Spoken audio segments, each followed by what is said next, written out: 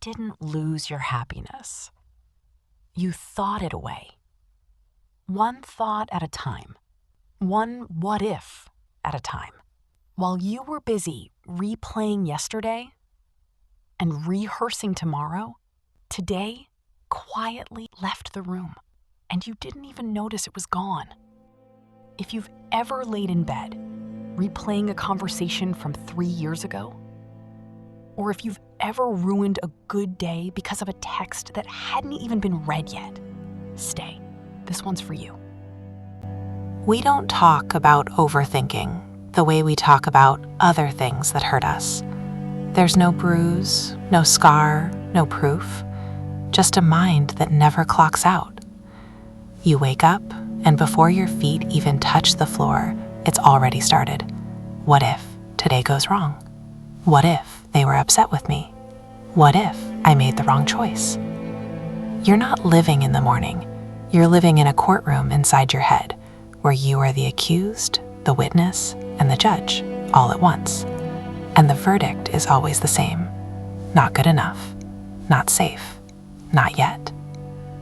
This is the quiet tragedy of our generation. We have more comfort than any generation before us, and less peace than almost all of them. We built softer beds and harder minds.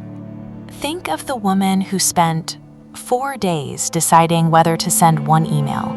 She wrote it, deleted it, rewrote it, and read it many times, imagining every possible way it could be misread. By the time she finally sent it, the opportunity was already gone. Not because she wasn't capable, but because her mind convinced her that thinking harder was the same thing as doing better. It wasn't. Or think of the man who sat across from someone he loved, physically there, but somewhere else entirely, replaying an argument from a week ago, rehearsing an apology he never gave. She was talking, he was nodding, but he wasn't there, and she felt it. People always feel it. Presence isn't about being in the room, it's about being in the moment, and overthinking steals exactly that, the moment. Or consider the student who studied a decision to death, which job, which city, which version of himself to become, until the decision made itself, simply because time ran out. He didn't choose his life. His hesitation chose it for him. None of these people were lazy. None of them didn't care. They cared too much, in a direction that led nowhere. That's the cruelty of overthinking. It disguises itself as responsibility.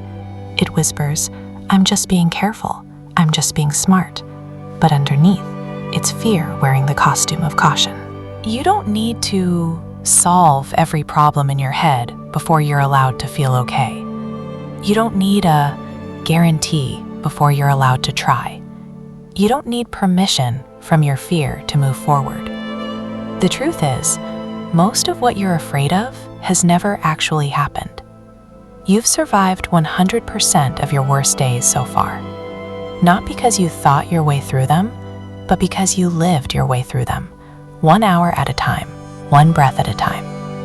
So the next time your mind starts building a courtroom, ask it one quiet question. Is this thought helping me or just hurting me on repeat? Because not every thought deserves a seat at the table. Some of them just need to be thanked quietly and shown the door. You were not made to spend your whole life inside your own head, preparing for a life you never let yourself live. You were made for this, for right now, for this breath, this moment, this one unrepeatable today. So put the thought down, not because it's wrong to think, but because somewhere out there, your life is still waiting for you to actually show up for it.